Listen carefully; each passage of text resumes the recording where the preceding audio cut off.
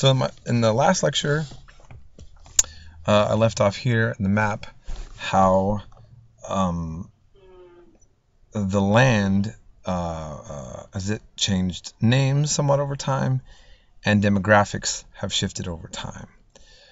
And so then the question was, well, if even by 1914 the Jewish population then was so low, then how is it that we now have a predominantly Jewish Israel in the area now? So we're going to kind of go over a background of things. So first of all, life for European Jews in Europe was atrocious for the most part. And they had what they call pogroms, and we would call anti-Semitism. So, I mean, Hitler is the one we know, the Holocaust, but he really, you could almost argue, was a culmination of long-standing European discrimination and hatred against Jews. They were blamed for being the killers of Christ, often called Christ killers. There was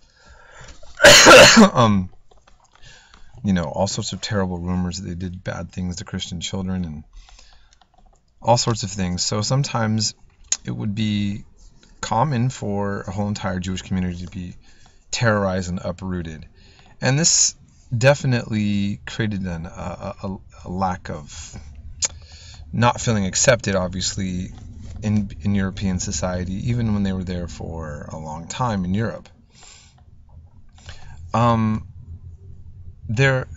So I just kind of wanted to put that background there. That was about what was happening to Jews outside of the Middle East.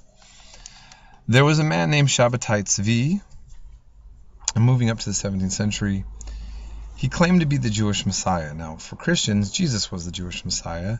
The majority of Jews never believed that Jesus was the Messiah. But a majority of the Jews actually did believe that Shabbatai Tzvi was. And his followers claimed that he would lead the Jews back to the Holy Land, or what was Palestine at the time. And he came out of, there was a movement, there was religious Jewish scholars in Gaza and parts of West Palestine now. So again, even though Jews were not the majority in Palestine, you did, again, as I said, have religious Jews there. And there was a belief by religious Jews that redemption of the Jewish people would imply the return of Jewish people back to the land that they had in the biblical days. Okay?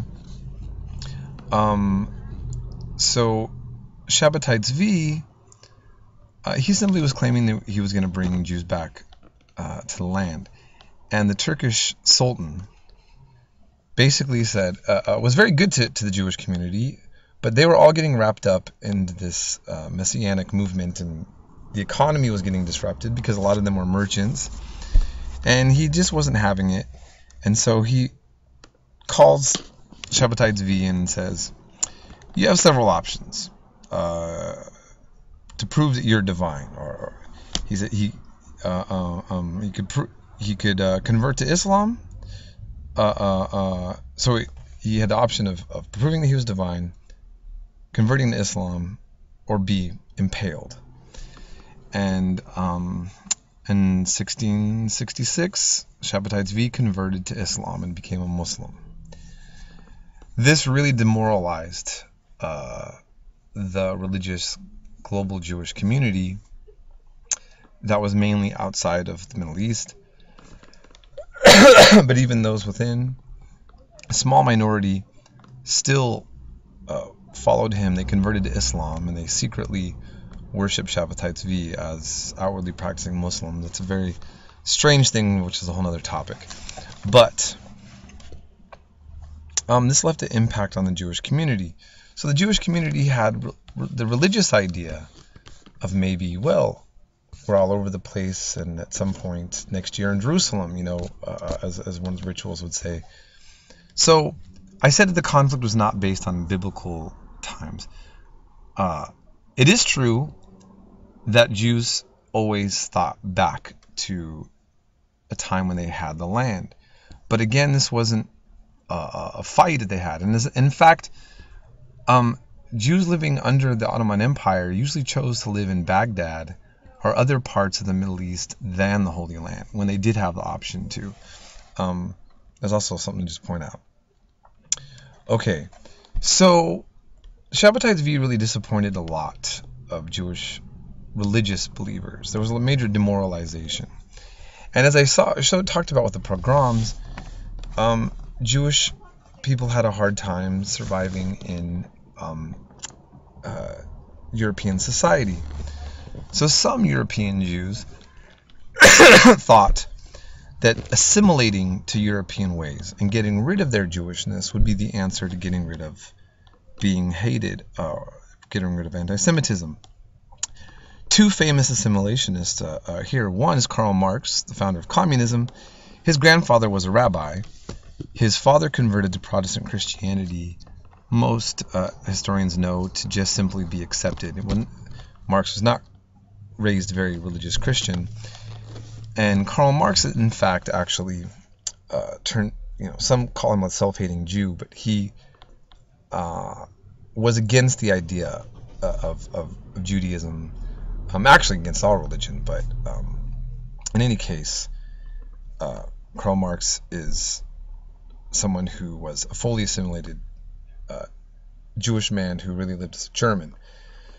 Benjamin Disraeli is a British Prime Minister, parliamentarian, conservative, man of letters. He converted to Christianity. He was of Jewish background, and he did face sometimes insults for it, but he, again, was a man who assimilated. And so there was that idea by many Jews, let's just be like the European and we'll be fine. And this was also a position that was by a famous Jewish intellectual named Theodor Herzl in his early years. But things changed with him and his thoughts on this. We're going to go into that in the next lecture.